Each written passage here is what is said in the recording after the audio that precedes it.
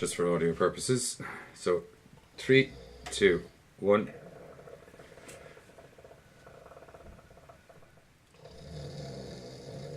This motherfucker. Giz. Yes. Giz. Welcome to the Gorecast.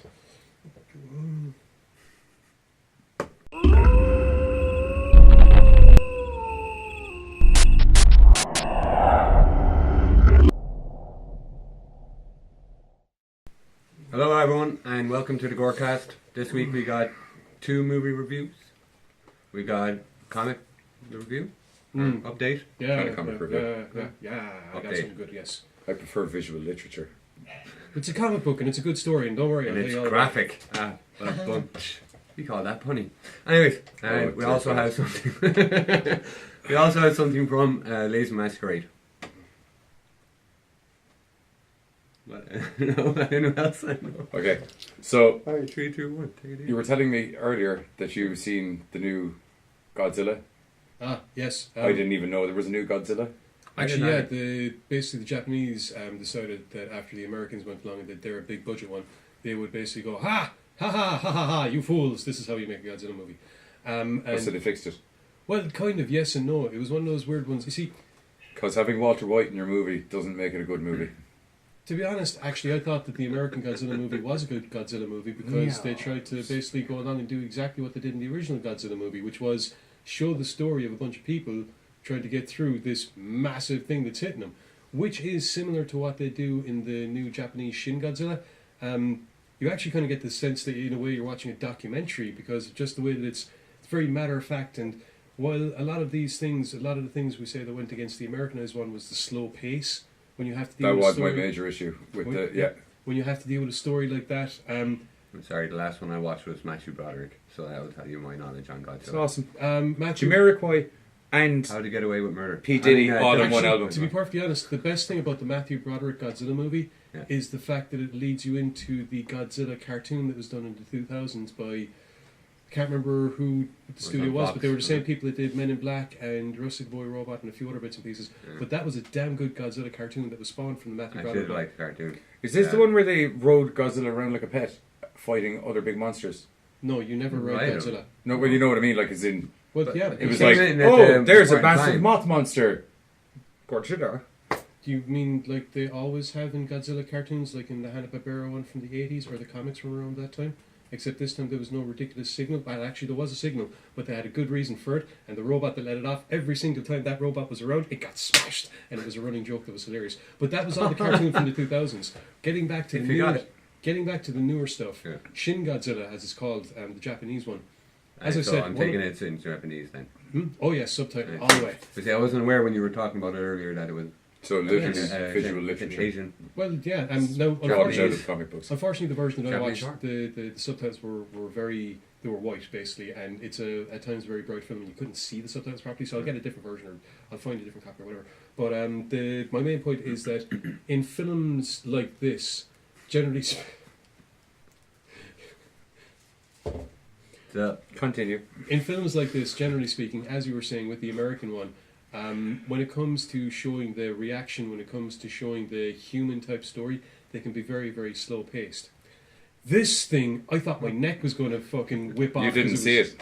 I don't know. It's very slow paced. I'm like, yeah, sure. But Shin Godzilla is actually very, very fast paced. I mean, like, stuff happens and it's happening fast. Even they're going to, they show like what the local governments are doing and how they're trying to deal with this. It's falling apart. It's all just falling apart. But how they try to deal with the situation. We'll be getting to a Patreon advert near the end of the show, which you're going to have an oodle amount of entertainment in between. But if you could just remember this when it comes to the Patreon advert, that would be Yeah, really appreciated. better tape. Anyway, yet again, continue. So anyway, as I was saying, very fast paced. You don't get the usual sense of slow motion that you often get with a film that is having to bring in characters to something that you just want to see a giant monster wreck stuff. I was hesitant about they use a new take on Godzilla in that rather than him being the Godzilla that we all automatically recognize, instead it is this creature that comes up, hits a province or a region just outside Tokyo, starts making its way quite literally through the fucking town, up through a canal that's in the middle of it, and as it's going, it's causing floods and everything. Once it gets onto land, after a while, it actually changes shape. I mean, this thing that comes up out of the water, I'm like, that can't be Godzilla, except for the spines on the back of it. I was like, this must be something that he's going to be eating. But no, he changes, and they've got a reason for him changing. So it's kind of like Godzilla Jr. No, because Godzilla Jr. was hatched from an egg. This is kind of the original species, and they explain the evolution. It's like, this is the original Godzilla. He didn't hatch from an egg. Here's the reason for it. Here's the reason why he's changing form, and here's the reason why he will eventually go from this thing here to being a more. So you're seeing him evolve as you're watching the movie. Yeah, they give you an explanation. They give you a backstory. Much like with the '84. What was the company that did the films that started in '84? Millennium or Hesai? Hesai started doing the Godzilla movies in '84. Millennium took over the start of, funnily enough, the Millennium. But they often had. I love puns. I'm sorry, I do. They often had the films would be in Japanese, which is the Robbie Williams going through my head for some reason. Oh, that was so dodgy. Cut 2.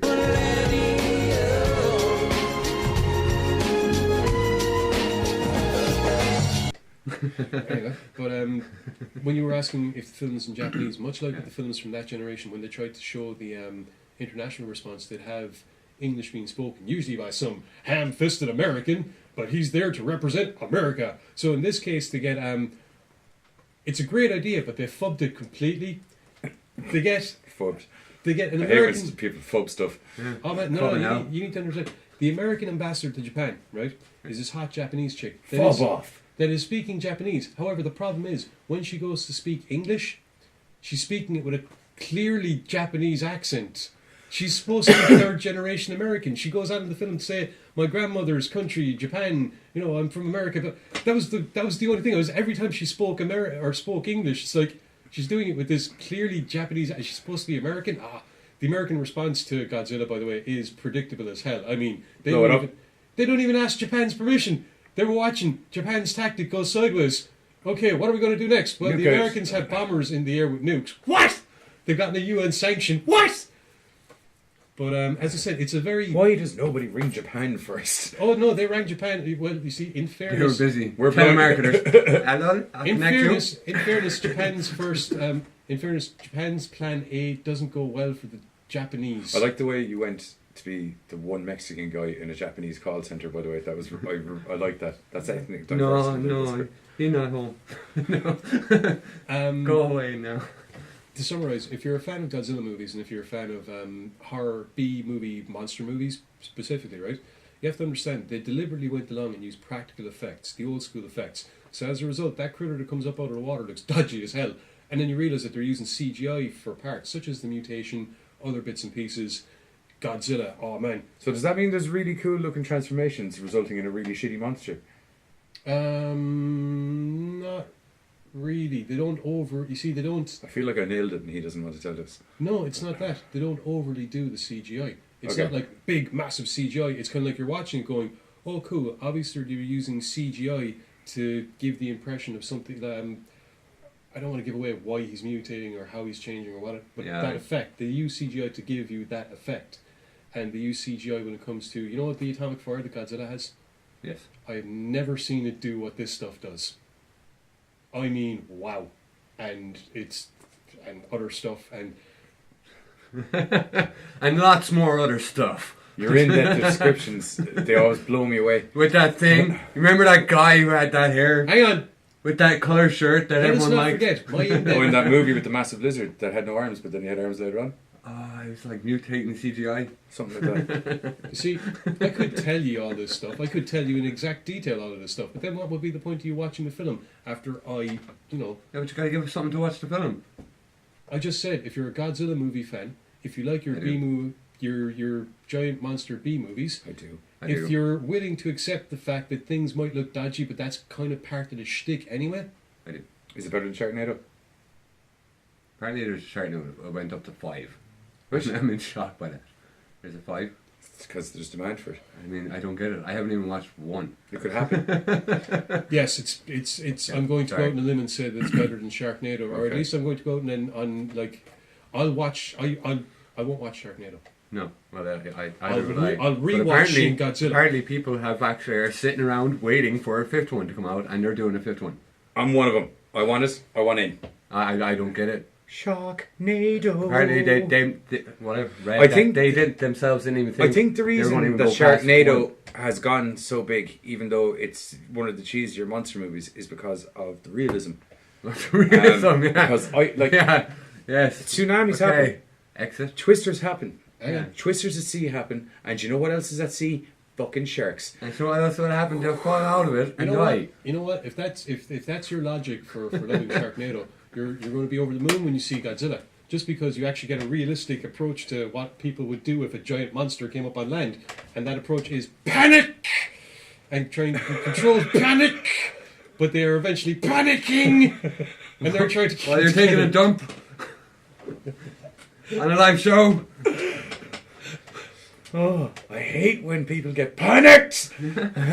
There's a scene, right, where this guy he's kind of taken over what's going on because people have died, and As when Godzilla tends to show up. exactly. So they're coming in with this Godzilla's information. Scott. They're coming in with this information. All the Two monsters things are- guaranteed. You're redecorating your house. You're probably not going to have as many family members as you did originally by the end of it. Yeah, well, all these people are bringing your man information, and they're bringing it in, and your man's just sitting there, and he's, we just need to stay calm and sort everything out. It won't do anything good if we all panic. And then his buddy, to be fair, right, his buddy, the character, had actually been introduced 5 minutes previously. Yeah. Your man turned around and went, I'm so glad you're here. I'm so glad you made it, man. And a couple of minutes later, we realised why he's so glad. He is so glad because when this guy freaks out, this dude is the only one that can turn around and go, we will be chill as soon as you are chill. Here's a bottle of water, no chill. And it was just, yeah, because Bottle of water. as in drink here, have a drink and chill. It was done well. It was a good little joke in the middle of it. You know, it's kind of like we just It's need the to little keep things. calm. Always You're goes back to keeping the calm. little Here, things. drink.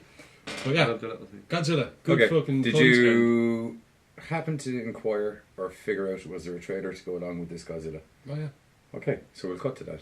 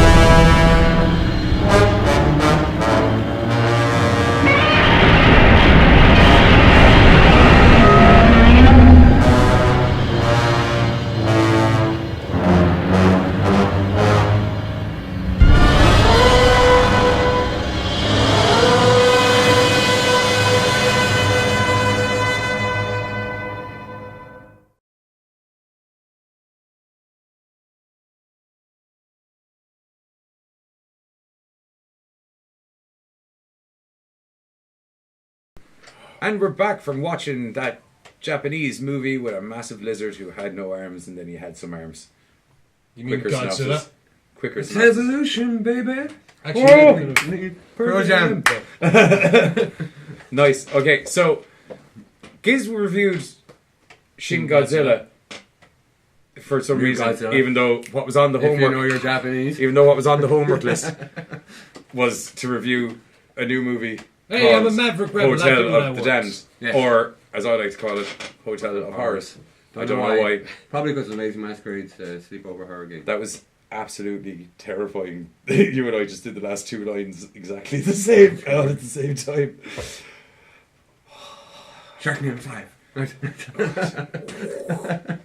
Did I see something? Sorry, Sharktopus versus wolf whale. That's a real thing. Are you serious? Do you want to know what scares me? I've seen the designs for wolf whale. It looks awesome, and it looks like something that could be in a really good sci-fi horror. If it wasn't in a film called Sharktopus versus wolf whale. Sharktopus versus wolf whale. I will be back. That's I need to confirm this. sci-fi. Sci-fi did that, which is going to bring you and me to something that we said we were going to talk about later on. Oh, okay, we'll keep that for later. You were talking about a film. Okay, Hotel of the Damned. Or is- Hotel of Horrors. Or Hotel of the Damned. Horrors. If you want to look it up correctly on IMDb. A movie based in Romania with American lead. Yeah. Typical. But with one girl who's kind of an American lead, Half and but half. with a weird Romanian-ish, Romanican kind of accent. Romany. No, this is Romany and American, Romanican. Okay. That's what you do when you I- combine- with I'm- their powers combined. Hang on. They're So, Captain Planet. Right now, I can actually envision Raven just walking in a little while and just... Who, the three of us? I I didn't write the fucking thing. I mean... We just watched the movie, okay? Bah! It had no subtitles. Anywho, it actually didn't. There's an entire didn't. scene where they're talking to each other in Romany. And And we not wanted a to very ring up fucking Raven clue. and go, "Oh, what are they saying?" Raven, if you see this before we actually talk to you, Yeah, if you could just mail us a translation, it'd be awesome. Because we haven't a clue. because it seemed heated. It did. I won't It lie seemed to like- you, It yeah. seemed like it was important in the part of the plot. It looked like some real important information was exchanged. Do you want to know what I think is going to be hilarious? She turns around and goes, yeah, they were saying gibberish. You were just supposed to think that they were having a really heated exchange. But see, he did say that earlier on. In fairness to him, he said it could be just put there intentionally not to have subtitles. So I've actually seen that being Yeah. done before where you see characters and they're speaking something. You're kind of like, wait a minute, did he just say what I think he actually said? You know, because you might pick up the odd word or two. You know? Anyway, back into the Yes. movie. So I would say, as on a short synopsis of the DVD box, you could put Goodfellas meets The Hills of Ice, I think. Except there's no hills, there's a hotel. That's So the just hotel giving me advice. one messed up mental image. It's pretty freaky. So basically, there's two guys. Hostel meets The Hills of One Ice. guy, they were doing a bank job or something over in Romania. What was it? I saw a bag of cash anyway. That was definitely. When he was finding out, they robbed a boxing guy ring. They were, Oh, they yeah. were all training, Yeah. like MMA, and he went in. No, and that was actually- after he got out of prison. That was the after one. Yeah, They were bouncing flashbacks and scenes and stuff, so it got a little bit confusing. yeah. wasn't it? But basically, he's an American mobster that somehow gets locked up in Romania. Romanian jail. Then his buddy comes over to get him, and his kid is living with the Romanian mother. Yes, but He she's- goes to get the kid, and then they have a. Oh yeah, the kid's got a like a junkie boyfriend. He doesn't like him very Well, the much, thing is that they think that he was bringing her to a hotel to bring her into a prostitution ring, but it's actually like but a he photo actually shoot. generally did actually love her Yeah, it was a photo shoot. or something. Yeah. I don't know. Who knows? Who knows? Who knows? Who knows? Who knows? But so yeah, another really good one by, and I'm going to stay reserved about it because I may have gone a little OTT in the last episode. Over the top wrestling. Over the Top top titties. descriptions, OTT, OTD. OTTT, over the top. Voted. Anyway, it's by Uncork'd Entertainment again, so the Yeah. quality and everything very good. It's great cinematography. Great cinematography. I like the lighting. It overall looked Decent really actors. good the whole way. Good- Really, good cast. actually, really good actors, and predominantly a lot of people you'd know a lot of the heads in it. Yeah, from TV shows. The action was pretty cool. There was a bit of. I found Why- it odd why- how not.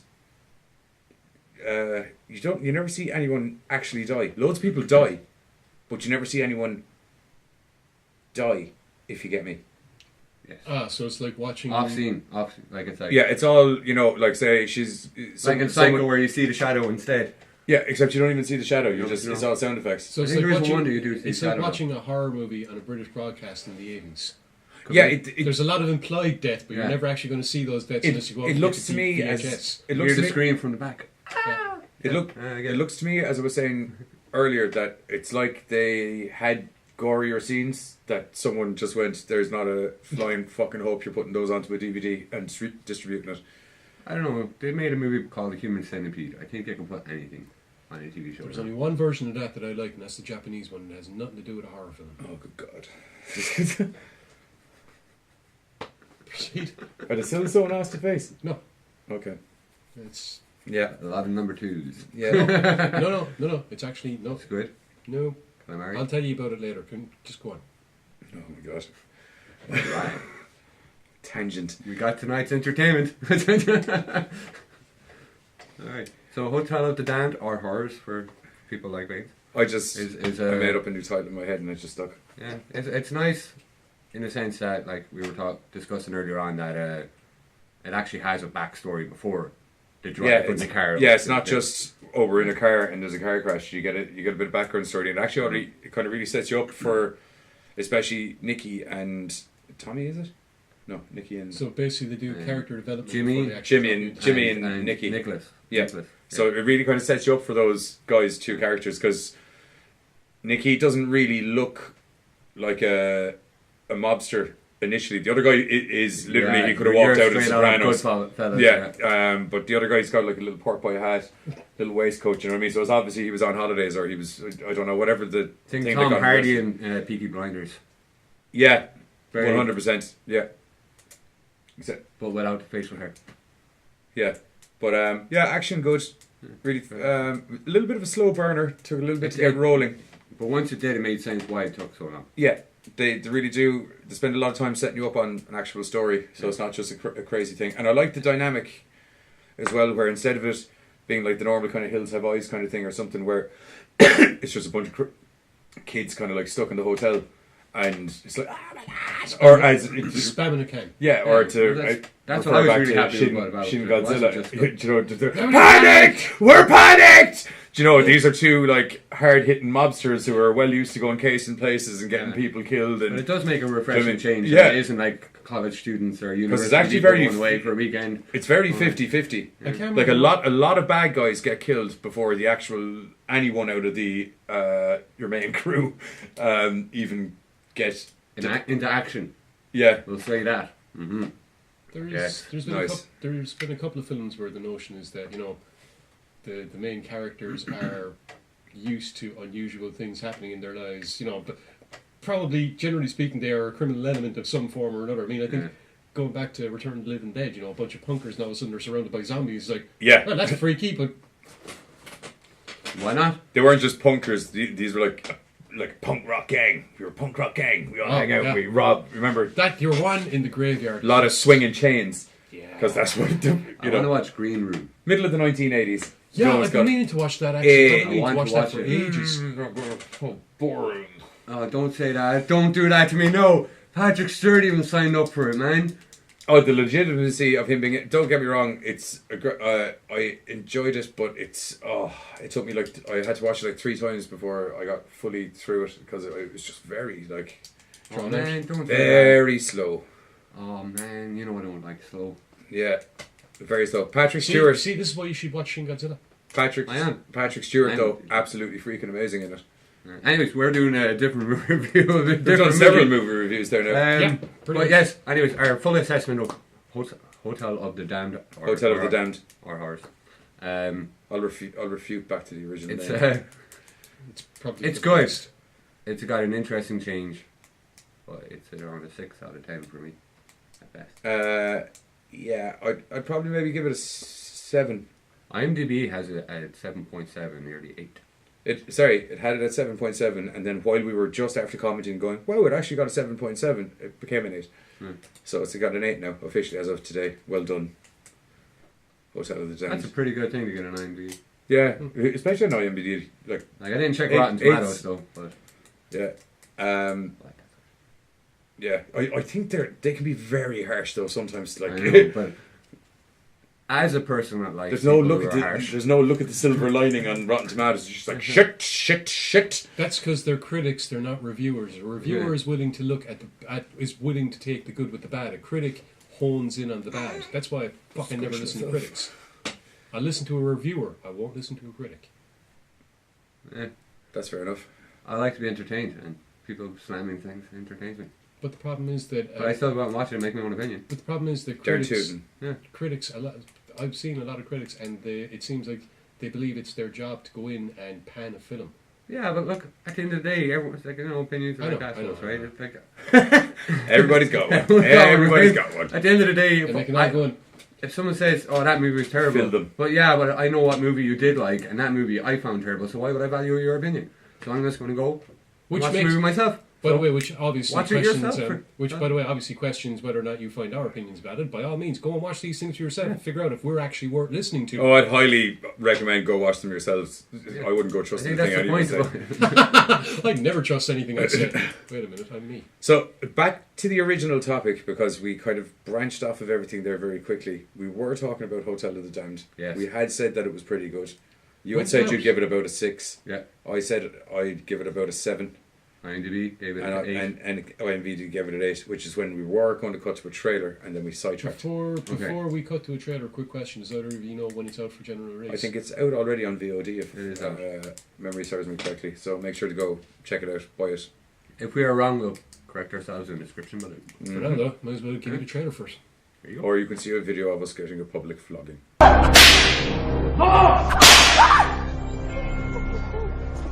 And on that note, But only if you're trailer. into that kind of thing.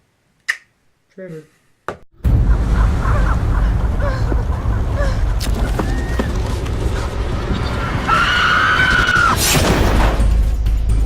Thanks for coming back, Jimmy. It means a lot to me.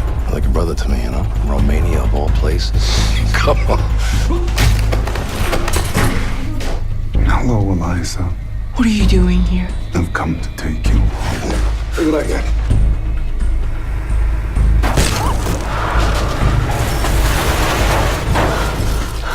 Okay. You okay? What the hell happened? We hit something. This whole time you was in the trunk? Are you crazy or what? Nobody lives here. What are they? I don't know, but there's more of them and they're coming this way, so I say we move. And we move fast. You remember how to use this? What is this thing? Gotta try and find a safe place. Did you just say safe? This is wrong! You know what they were doing down there? They were eating people!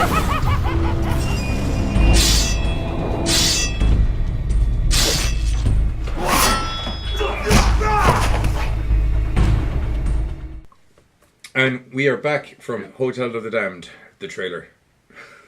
Opposed to that sounded a lot more dramatic than I wanted. Hotel of the Damned. Alright, just before we move on to the next topic, I did love the opening scene for that movie. The girl wasn't sure it was. Yeah, that was very Okay, cool. I just wanted to say that. I just remembered it. Just want to say, brilliant opening scene. And that was good. It was good. No, it was good overall. It was a little bit slow in places, but other than that, good. So, we're going to do something that we haven't really super brought up ordinarily on the show much, outside of just little whippy references here and there. Something in the world of comic books. Giz. Graphic novels, whichever. Hi there. So I'm all happy and excited because basically Dark Horse are at it again and by at it again. I mean, bringing out comic books revolving around one of the classic horror icons, Aliens. Yes. In this case, because we have the lead up for the Alien Covenant, and I'm not sure if that's the name of the new Prometheus film or if that's the next Alien film. Anyway, there's a whole big thing whereby we're going to be getting a couple of Alien movies in the next couple of years. So as a result, Dark Horse are back at publishing big overall stories. You have Life and Death, which is a crossover into Prometheus, Alien, Predator, and then you have Alien vs. Predator. But what they're running at the moment, and what I've been reading, and what I was very excited and thought I should tell you about, is another comic called Aliens Defiance. You're just sitting back and just, Yeah, 100%. Let the man talk about what he knows. Yep, pretty much. So all I know is about a poster I saw that said, coming soon. that's, I think that was for Covenant, which I'm not Alien sure. looks class. More than you saw about it. Yeah. Yeah. The I know one thing. I don't know. Well done, love. the, I'm done for the day. Cheers, thanks. That's Peter's one fact of the day. Come back next week, you might get one more. Well, actually, as I said, this is all tied in together, all fueling the same franchise, and this new All part of the same universe. Same timeline. Actually, yeah, because Defiance, where it's set, basically, you've seen the game Alien Isolation, yeah? Yes. So that is supposed to be Ripley's daughter, Amanda, Okay. and it's another case of they ran across a xenomorph, and they're going in and getting it. Amanda Ripley is one of the characters in the Defiance story. She's friends with the main character, a kind of disgraced former colonial marine named Zula Hendricks. Now, Zula Hendricks, basically, she's working with a team of Weyland-Yutani security droids. They're all, they look like troopers and, they're androids and all the rest of them. They're all Davis models. Now, she's being sent in the very first issue as basically the key. The U.S. Marine Corps have codes to get into derelict ships. It's explained. She opens a door. Pretty much, yeah. It's an emergency thing. No, it's actually... You cannot block an exit if you've got legs. No, it's more than that. It's they explain it, every single commercial freighter is mandated by law. They have to have their codes registered with the U.S. Marine Corps or with the Colonial Marines in case something happens. Something has happened. A Colonial Marine is needed to get access to the ship. They have the codes. She goes in. Turns out what happens is they ran into a bunch of bugs that ate the entire fracking crew. So, Bugs. as in xenomorphs. Oh, right, okay. You're not hip with the alien slang? Every time I hear bugs, I think Starship Troopers. Are you not down with the homies yet? No. Yo. So I'm more of a lone wolf. Anyway, Hendrix manages... I can freestyle. Hendrix manages to get away from this with what's left of the android team that she goes in with. And the basically medical engineering android has kind of done a bit of self-reprogramming and is a little bit more self-aware, we'll say, than the others, and gets a look at what Weyland-Yutani wants them to do and thinks to himself, you know what? Let's not accidentally unleash a life-eating plague on the universe and let's start exterminating these little gits. So the story is Zula Hendrix. It's a rough dose. It's a rough dose. The story is Zula Hendrix, Davis, these other security droids, and they are basically backtracking all the times that the company ran into the alien, because the standing order from the company has always been, even in the films, retrieval for the bioweapons divisions. They're thinking, haha, screw that for a type of shit, we're going to get them all and kill them all. So as a result, it kind of ties in. Firstly, it expands on a universe that was expanded upon anyway in Alien Isolation. It shows you in fact, I think they're actually on the derelict that Isolation, at one point, the derelict that Isolation takes place on, but it would have been before Amanda gets there. Like years? No, well, if it is years, it'd only be a couple. Right. And that would only be a hypersleep type thing, Aye. But it does a good job of bringing back a lot of the alien stories from the 90s were very atmospheric in the way they were told, and then they kind of became less atmospheric and more... CGI? No, not in the comics, no. Oh, but yeah. the stories became less atmospheric and more dealing with, war type situations, as opposed to the creepy scare factor that you get from the original Alien and the original comics. In Defiance, they go back to that notion because it's not a big Marine team. It's these basically two people. You have this self-aware android who is becoming more and more kind of human, and you have Hendrix who... Like an AI?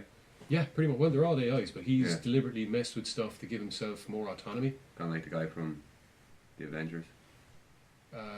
Vision? Yeah. Not exactly that level of self-awareness yet. Okay. But the problem is... Just trying to understand. There is a way that the company can communicate with all of these guys. He has shut it off on himself. Unfortunately, they enter a zone where basically Yutani have a Yutani have a satellite. It broadcasts a broad thing. All the other droids get this signal, and all of a sudden it's all the other droids against him and your one, because all the other droids are back on we need to catch this stuff, because technically she's AWOL from the Marine Corps. They're disobeying orders, so it becomes a race to get to these sites before the Marines turn up. And that's literally what happens in around about issue 5 or 6. You actually have Hendrix and Davis get to a station 10-15 minutes ahead of the Colonial Marines. Do you get a spoiler warning here? Not really. It's just, the point is that it's the ideal situation. It truly exemplifies the feel of the comic, where these people are trying to get this done as quickly as they can before the company catches up, not only with them, but with the other specimens. Because there's one point they run into, basically, it's a derelict ship, but not just derelict. I mean, this thing is like ripped in half, and they're finding bits of bodies out in space, and that's that's just the start of the comic, and then the story begins. But overall, Dark Horse doing another fantastic job. Even the artwork is the exact same as the artwork from the 90s. It's kind of angular. You need to get used to it, and then you realise that it works when it comes to the atmospheric stuff, because a lot of these derelicts, a lot of these situations, you get like rent metal, bits of stuff sticking out, body parts at odd angles, ripped off, stuff like that, and the jagged edges to the art fits. It fits in. And as I said, I've only actually made it, I think I was up at issue 7, and it's still going. As far as 9 is coming soon, wasn't it? yeah, I was looking at the website. That was for pre-order. I think it's supposed to be a 12-issue series, but I'm not 100% certain. I'm not going to lie. When I started reading it, I actually thought it was a 6-parter, so I got a little bit confused with Life and Death. I knew that Life and Death was going to be a 4 or 6-parter. I started reading Defiance, and but now, are these released at the same time, or do you do one series and one series, or do you kind of bounce in between several? The Defiance, because it is a long-form series, is something that's running. Life and Death, they've already done Predator Life and Death. I can't remember if they've done Prometheus Life and Death yet, but they'll all be each 4 or 6-part stories that all fit together chronologically, like they previously done in the Fire and Stone series. Okay. In fact, I think Life and Death might actually be a continuation from that. In that, you had the humans and a predator accidentally on the same planet as basically the engineers from Prometheus. So you had that kind of feel to it as well, and it developed from there. And you had the predator and the humans kind of working together a little bit. It was kind of cool. It was like, oh god, we're crap. And the predator would arrive on. It's like, cheers for that. We're going to go over here now. But nice and quietly backing off. So that would be that's kind of the feel that they're trying to do with their big crossover stories, and also because it ties in with the movies so well.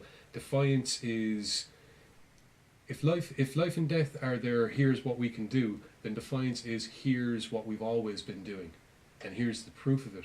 Because I'll have to go back and read, but I'm fairly certain some of the places that they go to are places that were in other stories. Oh, so they're arriving on they're arriving on for like to wipe out whatever might be left before the company gets to this situation. I think Davis gets his hand on a list of encounters, and they start working backwards from that. Oh, that's pretty cool. But overall, yeah, damn good story. Anyone that's up for the Aliens comics definitely needs to read it. Anyone that's interested in seeing how the original horror aspect of the Alien movies would want to pick it up as well, because as I said, very atmospheric stories. It's an interesting notion on the spam in a can, because while technically it is spam in a can the whole time, the cans keep changing and the spam keeps kind of changing. But definitely worth a read. Dark Horse, once again, churning out some awesome stuff and a really good lead up and getting people working for the films that are going to be coming out in the next year or two, I think. Yeah. So, yeah, all in all, something to look forward to. Yeah. It's good. I got to start reading comics. Yeah, you do. It's been a while for me too, I'll admit it. I'm mostly focused on Marvel. I've fallen away from the main stuff, with the exception of Transformers. I read that religiously because there's some funny stuff that happens in that. Funny, insane, madcap stuff. When you see someone having to eat their own brain, that's brilliant. Like in Team America. Have you ever seen a guy eat his own head through? Oh, yes, I have. Where would people go check out any more info about Aliens Defiance? I would recommend. This is the only bit of the conversation I'm able to have any input in. I recommend checking out your local comic shops, or failing that, you can just check out. All the information is up on the Dark Horse website. Just type in Aliens; it'll give you a full list of all the stuff that's there. Google it. Another one, because it's also being run at the moment, and I'm very much into it. Alien versus Predator versus Judge Dredd. Three-way cage match. Well, they've already done. He's got the chair. Predator to eat the shit out of all of them. Actually, they've already done Predator versus Judge Dredd. I wasn't a fan of the art, so I didn't really read that one. They've done Alien versus Judge Dredd, which was very good. Now, the Aliens versus Judge Dredd is in the same continuity as this tree-form crossover. I'm not sure what the Predator one is. There's only 3 or 4 issues of this one out so far, and it was just about to get up to the big everyone hitting things at the same time when the last issue I had read ended. But yeah, another good one from Dark Horse. So you left us on a massive fucking cliffhanger now. Yeah. Awesome. Cliffhanger that you can figure out for yourself when you go and read this stuff. Comment below and tell us what you think. I'm assuming there's some sort of online advert or trailer-y thing. You don't really get adverts or trailers or things for comics. The motion comic them. That's mainly just Marvel. I don't know if Dark Horse do any of that. I think they're a little bit more. No, we're good. Well, we can put the link to Dark Horse in there. Yeah, we're going to cut to something.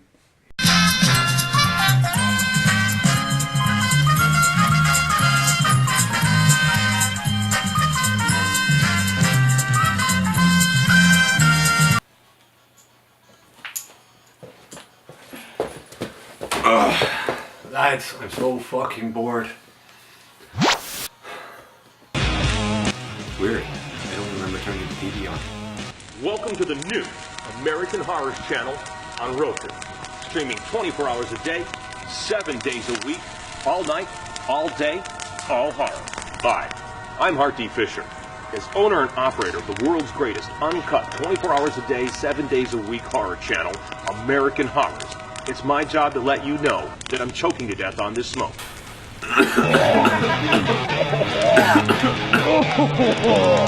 Okay, we're still rolling, right? So that was a quick little snipperoo advert that we shot many a moon ago for our awesome sponsors from American Horrors. Didn't like the main. Hart D. Fisher's American Horrors. Awesome films all the time. Actually, online. Yeah. Check it out. They're not yours, they're mine.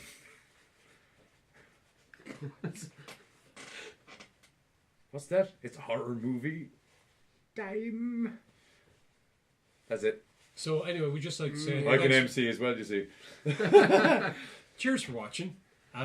We'll probably be back next week. Oh, if you're wondering, very important notice that we completely neglected to mention is I know we had an episode out last Thursday, and I know that now it's the following Thursday. Yes. That's because very exciting news from the world of the Emerald Gore Society is we're going weekly on the Gorecast.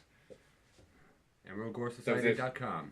So apparently we're going to be back next week. Same gory time, same gory channel. Yeah, what we're going to leave you with, though, is a story from Lazy Masquerade.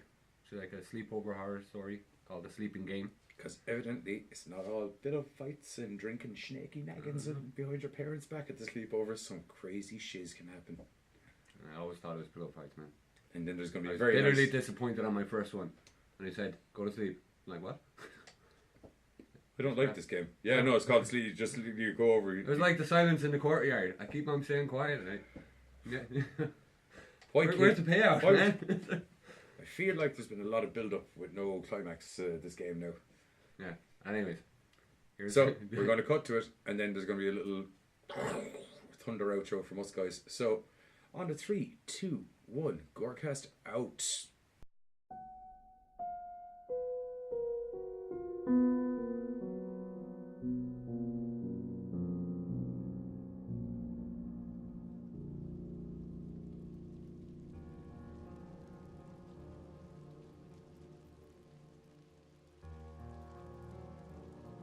My brother, cousins and I used to play a game whenever we had a sleepover. It was simple. We'd stay up and scare the living fuck out of each other.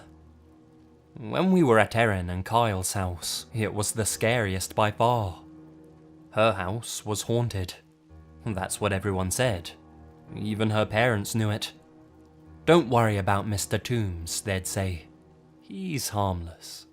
Then they'd laugh and go back to what they were doing. Mr. Toombs was the man who owned the house before Erin's parents.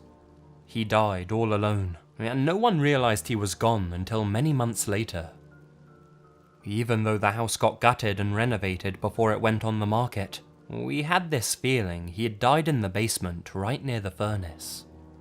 The air there just felt thick and heavy, like old sour breath. We'd have our sleepovers a few times a month. Our parents all worked at the same factory. Whenever they had to take third shift, we'd either stay at home and Erin and Kyle would come to our house, or Greg and I would go over to Erin and Kyle's. I never minded all the moving around until Kyle said we had to play that game. I hated it. Kyle was the oldest and could be mean if he wanted to. He wasn't a bully. He usually knew when to back off, and genuinely felt bad if he made one of us cry. But he still liked to get his way, and that meant we'd have to play the sleeping game. The first time we played the sleeping game, we were at our house. The four of us were in our sleeping bags in the living room, and Kyle started to tell a really terrifying story about a skinny alien that comes through the window and cuts you up in your bed. Greg, Erin and I hated the story, but I could tell Erin was especially horrified. She was only 6. I kept telling Kyle to take it easy on his sister, but he was relentless. To Erin's credit, she didn't cry, but I think that was the problem. He probably would have stopped if she had. The game went like this. After the story, you weren't allowed to get out of your sleeping bag. No matter how scared you were, you couldn't get up to get water, you couldn't go to the bathroom, and under no circumstances could you run upstairs to get comfort from the grown-ups. If you did, you'd have to get an Indian burn from the rest of the group. The night of the alien story, I couldn't stop looking at the living room windows. Whenever a car went by and cast its lights against the wall, I'd shiver and feel my balls drawing up into my body while goosebumps rose on the back of my neck. Stupid Greg and Kyle were already asleep. Erin, whose sleeping bag was next to mine, was crying to herself. "I need to pee," she whispered, "and I'm too scared to get up, and I don't want to get an Indian burn when I get back." I looked at Greg and Kyle. They were both completely out. "Go ahead," I whispered. "I won't tell anyone." Erin gave me a tight-lipped smile and snuck out of her sleeping bag and padded down the hallway. Right around the time when I'd assumed I would hear the bathroom door close, she screamed. It was a shrill, horror-filled explosion from her tiny lungs, and the 3 of us, now wide awake, vaulted from our sleeping bags in her direction. We got there a couple of seconds before my parents were thundering down the steps. They flipped on the lights. Erin was in the corner of the bathroom, sobbing. Her pajama pants were soaked. Mum picked her up and held her to her chest and asked her what happened. "The alien," Erin whimpered, then pointed to the shower curtain. Dad opened it. Nothing was there. "Oh, it was just a shadow, honey," Dad told her. He glared at us. "Come with me, boys," he ordered, and brought us back into the living room while Mum drew a bath for Erin. After a long lecture from my father, we agreed to not tell any more scary stories. Erin eventually came back to her sleeping bag, and with Dad snoring on the couch, we all went to sleep. The next night, of course, brought more stories. They were much tamer, though. Greg told a dumb one about a lady who gets pulled into a grave by a killer. I told an even worse one about some teenager whose baby brother's head came off. Erin actually laughed at that one, it was so bad. We got ready to go to sleep, still bound by the agreement that we couldn't get up for any reason until it was morning.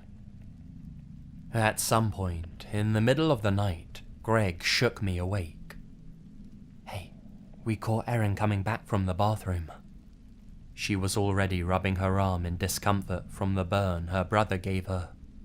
Greg grabbed her other one and twisted, making Erin yelp.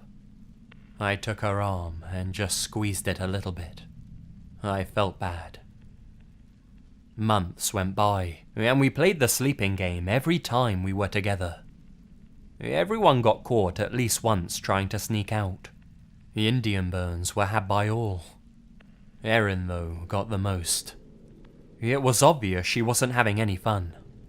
To make matters worse, she looked exhausted on the mornings after we played.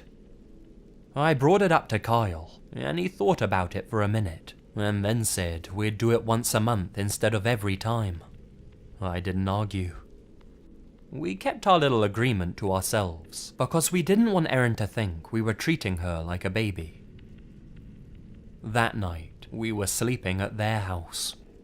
They had a beautifully furnished basement with a big screen TV, a ping pong table, and all sorts of other fun stuff. We set up our sleeping bags and played video games until well after 10 p.m. My aunt came down and said to turn it all off and to get some sleep, so we made like we were getting ready for bed. But when the lights went off, Kyle said it was time to play the sleeping game. I groaned, but he shot me a look and mouthed only one to me. At least he was holding up his end of the bargain. Like we always did, anyone who needed to get up and pee or get a drink beforehand was allowed to. I went, followed by Kyle, and then Erin. We all came back. In the glow of the flashlight he liked to hold under his chin when he told his stories, Kyle started to talk about a ghost. The ghost. Mr. Toombs. Even Greg looked uncomfortable as he stared at the slatted wooden door, which served as a barrier between the furnished and unfurnished cellar. The furnace was on the other side. Mr. Toombs waits until you're asleep, Kyle whispered, and sucks your breath into his lungs. The longer you sleep, the more he takes away. And if you sleep for too long, you won't have any air left to breathe. And you'll be dead. My eyes were wide with fear, and Greg just stared at the ground. Kyle too looked like he'd successfully startled himself, especially when the furnace kicked on, and we all jumped. Erin, surprisingly, had actually managed to go to sleep first, despite bawling her eyes out by the end of the story, and making Kyle promise to give her his snacks at lunch, or else she'd tell on him. I snuck her one of the lifesaver candies I'd stashed away to help her feel better. I guess it worked. The rest of us tried to go to sleep. Kyle caught me getting up to pee and gave me a wicked Indian burn, but since he caught me while he was on his way to the bathroom himself, I was able to reciprocate. Hard. He punched me in the arm, and I swatted him in the balls. I won. We tiptoed back into the basement and got in our sleeping bags. It was the worst night's sleep I'd ever had. Each time the furnace kicked on, I knew I'd see Mr. Toombs floating above my sleeping bag, ready to suck the life out of me.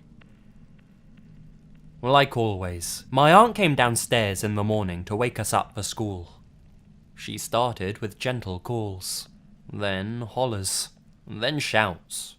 Then, since we always ignored her, she stomped down the stairs and threatened to haul us out of the sleeping bags. "Let's go," she ordered. "Get dressed and go get your breakfast. Erin, if I have to ask you again, I'm gonna flush your goldfish." Erin didn't budge. "I swear to God, Erin, Goldine's going down into the sewer with the Ninja Turtles in 3, 2, 1. Nothing. Concern flashed across my aunt's face. Kyle, who'd been sleeping next to her, shook his sister. She didn't respond. My aunt rushed across the room and pulled Erin to her. She hung limply out of the sleeping bag. Everything went really fast for a while. The ambulance came, while my aunt and uncle screamed and cried, and Kyle, Greg and I just sat there in stunned silence. My parents arrived soon after. They were also crying. We were all asked if we saw her drink any alcohol or take any medicine. None of us had. I knew Erin had been the last one to use the bathroom before bed, so I mentioned that. Someone went into the bathroom and returned with an empty bottle of sleeping pills that had been in the medicine cabinet.